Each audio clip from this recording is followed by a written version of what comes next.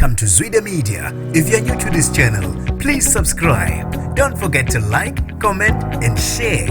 Here's a new video for today. Enjoy.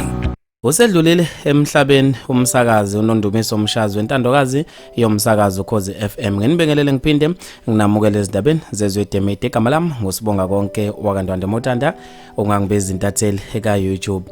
Zishaqise abasakazi abaningi nabalaleli bomsakazo Ukhozi FM izindaba zokushona komsakazo uNondumiso Mshazi obenza uhlelo lezingane vumelani abantwana bezeki. Ushone emva kokuhlaselwa ikhanda washona ngokukhulu Zoom.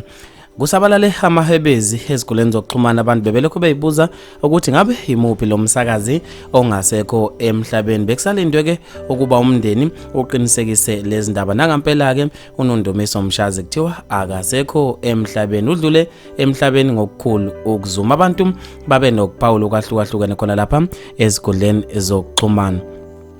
Umpumelelo Mkhize uthe awu kodwa washo ukhehlelezi kushubile okhozini.